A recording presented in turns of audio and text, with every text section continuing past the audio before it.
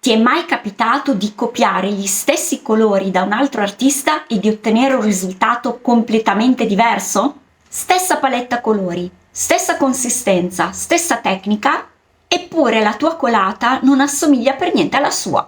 Eh già, perché talvolta il problema non è la tecnica, non è la consistenza o non è il medium utilizzato.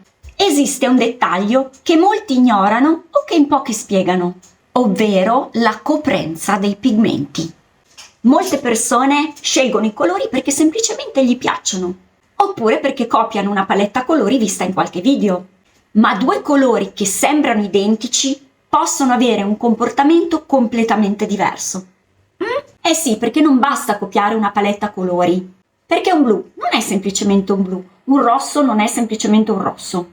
Ogni colore contiene un pigmento preciso e quel pigmento ha delle caratteristiche ottiche diverse. E questa caratteristica ottica è proprio la coprenza del pigmento stesso.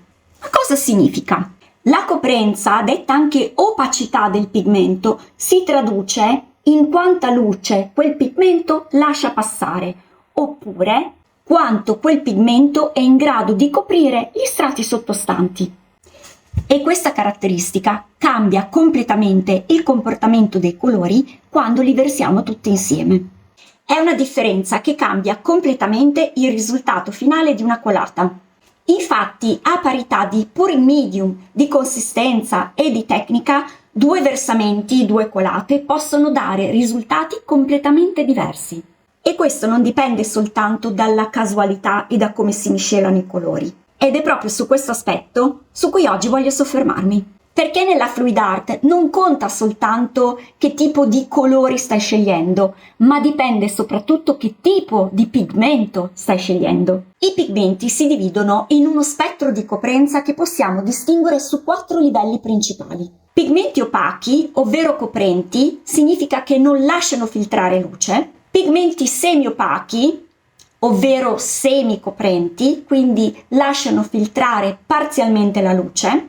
Pigmenti semitrasparenti, quindi lasciano filtrare ulteriormente più luce, e pigmenti completamente trasparenti, quindi si lasciano attraversare completamente dalla luce. Molte marche professionali riportano queste caratteristiche direttamente sul tubetto del colore con dei simboli grafici, solitamente con un quadratino, che può essere pieno, nel caso di colori completamente opachi, quindi coprenti, quadratino mezzo pieno, quindi sono semicoprenti, quadratino vuoto, vedete, barrato, semitrasparenti, quadratino completamente vuoto, completamente trasparenti.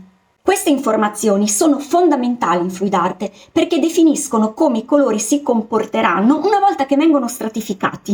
Ma cosa succede quindi nella fluid art? E qui entra in gioco un principio molto interessante, perché quando versiamo i colori uno sopra l'altro, il risultato finale non dipende soltanto da come i colori si muoveranno tra di loro in modo casuale, ma anche da come la luce li attraversa. Ed è qui che la coprenza cambia completamente il risultato. I pigmenti opachi riflettono completamente la luce sulla loro superficie e coprono completamente quindi gli strati che stanno sotto. E nella fluid art questo ha un effetto ben preciso. I colori tendono a rimanere più definiti e più separati tra di loro. I bordi risultano più leggibili e la struttura della colata resta più chiara. Per questo i colori coprenti, detti anche opachi, aiutano a creare contrasto, separazione visiva, leggibilità delle forme e struttura della composizione. Ma attenzione, perché se sono sbilanciati tendono a predominare su quelli meno opachi, meno coprenti. I pigmenti trasparenti invece si comportano completamente in modo diverso. La luce attraversa il colore, raggiunge gli strati sottostanti e ritorna all'occhio. Questo significa che gli strati sottostanti continuano a essere visibili. E nella fluid art questo crea un effetto molto interessante, perché i colori tendono a fondersi visivamente. Che, attenzione, non significa che si mescolano di più fisicamente, ma si mescolano di più visivamente. Molto spesso anche questi rimangono stratificati esattamente come quelli coprenti, ma a livello visivo risultano più uniformi perché la luce li attraversa a livelli differenti. E il risultato che ne deriva è maggiore profondità, questo effetto vetro, effetto acqua e una luminosità interna. Ma attenzione anche qui, perché se in una stessa colata si utilizzano tutti i colori trasparenti, il risultato finale può perdere di definizione e leggibilità. I colori risultano più fusi tra di loro e il lavoro può apparire più uniforme. E quindi per questo motivo nella fluid art la soluzione più efficace è quella di alternare o comunque mettere insieme colori, pigmenti di coprenze differenti. Abbiamo detto che i colori opachi, quindi quelli più coprenti, danno struttura, contrasto e separazione, mentre i pigmenti trasparenti danno profondità, luminosità e stratificazione visiva. E quando questi due comportamenti vengono ben bilanciati, il risultato finale è solitamente più ricco e più tridimensionale. Tra i pigmenti trasparenti più diffusi, più utilizzati nel mondo della fluid art, ci sono quelli della linea Phtalo, lo Phtalo blu, il Phtalo green, oppure i quinacridone magenta, rose, ce ne sono di diversi tipi e sono molto utilizzati, danno mischiati con colori un pochino più coprenti degli effetti molto interessanti, perché sono pigmenti molto intensi, molto luminosi e funzionano molto bene per dare profondità e vibrazione cromatica. Tra i pigmenti invece più opachi, quindi più coprenti, troviamo sicuramente il bianco di titanio, il carbon black o molti pigmenti della famiglia cadmio. E questi colori sono molto utili perché tendono a creare più separazione, più bordinetti, più contrasto. Ma se abbiamo detto che queste caratteristiche vengono spesso riportate nelle marche più professionali con pigmenti di qualità, come dobbiamo comportarci con tutte quelle linee di colori acrilici estremamente economici che queste caratteristiche sul loro tubetti non le riportano? E qui apriamo una piccola parentesi su questo tipo di colori. Qui diventa molto difficile capire se abbiamo davanti un colore trasparente, semitrasparente, semicoprente o coprente. L'unico modo può essere testarlo e provarlo. Ma c'è un piccolo test che molti pittori mettono in atto, ovvero si può tracciare una linea nera su un foglio, su un cartoncino, in questo modo, e passare sopra il colore con un pennello, in questo modo.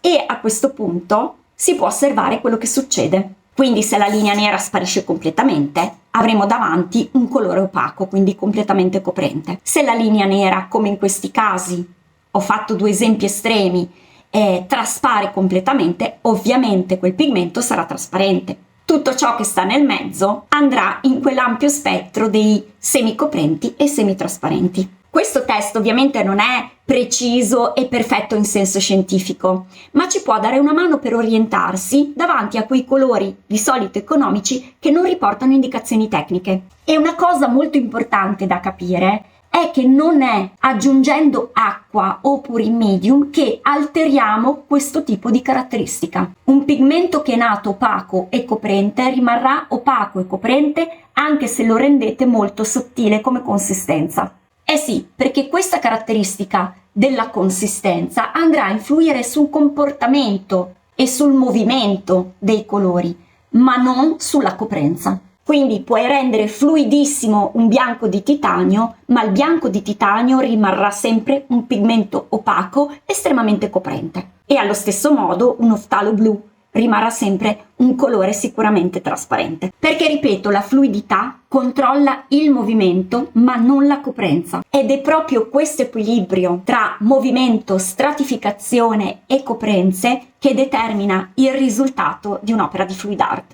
Guardate bene la differenza tra queste due opere. Allora, questa opera qui, vedete il risultato, diciamo così, visivo globale. Tecnica eseguita correttamente perché comunque le perle sono belle definite, il ring c'è, però c'è il risultato finale poco leggibile.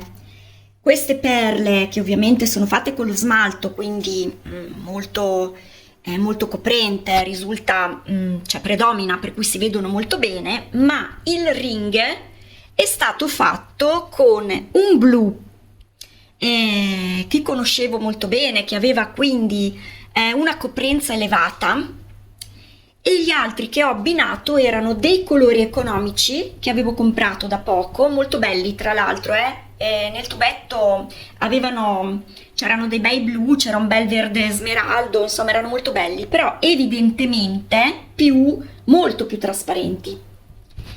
E il risultato è che il blu si è mangiato i colori trasparenti, quindi ha predominato, evidentemente ce n'era troppo, non bilanciato, rispetto agli altri di cui non sapevo nulla e che sono un po' spariti. Quindi si intravede ancora il ring, si vede da vicino qualche sfumatura, vedete che il disegno un po' si intravede, ma nel suo complesso, parlo proprio dal punto di vista visivo, è un po' piatto, cioè meno leggibile. Il ring ha perso di definizione e di contrasto. Allora, adesso passiamo a guardare questa tela. Questa è una vecchia tela, però sono due formati piuttosto grandi e ce l'avevo davanti, mi sembrava molto utile al discorso di oggi. È fatta con un'altra tecnica perché non è un ring e uno swipe, ma quello che a noi interessa vedere è la miscelazione dei colori.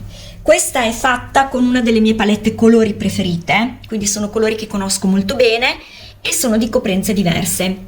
Tendenzialmente sono semicoprenti, semitrasparenti e trasparenti. Sicuramente c'è un magenta semicoprente perché rimane più netto, più separato dagli altri in diversi punti, lo potete vedere. Anche il giallo è un semicoprente. Poi però c'è un azzurro, un blu verde e un quadrichrome magenta, quindi un'altra tonalità, che sono semitrasparenti e trasparenti, quindi vedete quante sfumature si leggono? Un po' dappertutto vedete proprio la miscelazione maggiore, un po' più equilibrata tra gli elementi, quindi molto colorata, molto luminosa. Adesso al di là della scelta proprio dei colori stessi, che qui c'è un rosso, là non c'è, ma non è tanto il contrasto in sé, è proprio la profondità, la miscelazione, la quantità di sfumature che anche da asciutte rimangono visibili. Ok? Allora ci sono altri esempi, ne avrei altri 1000 da farvi vedere, questo lo aggiungo solo per il fatto che comunque ha colori freddi, per farvi capire che non è la presenza del rosso, di un magenta a creare maggior contrasto o separazione visiva, è proprio il fatto che i colori sono più equilibrati, più bilancianti dal punto di vista delle coprenze. Questo addirittura è un quadro che ho anche venduto. Riassumendo, abbiamo 3 indicatori fondamentali. 1. 2 colori possono avere la stessa fluidità, muoversi insieme molto bene, ma dare risultati completamente diversi. Un pigmento opaco tende a rimanere più visibile e a segnare meglio il movimento.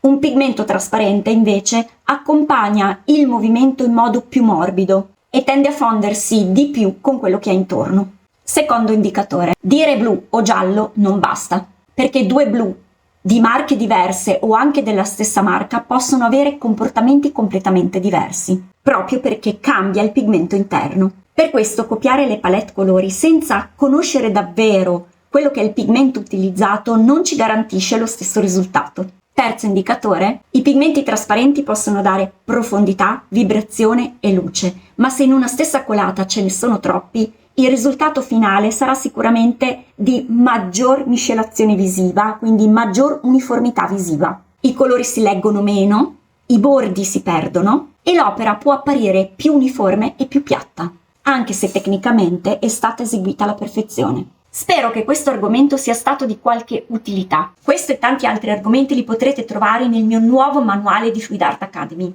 dove non troverete soltanto la guida step by step di tantissime tecniche della fluid art, ma vi spiego tutti i segreti della fluid art per accompagnarvi e insegnarvi l'autonomia del processo creativo dell'arte fluida. Trovate il link sotto in descrizione se volete curiosare.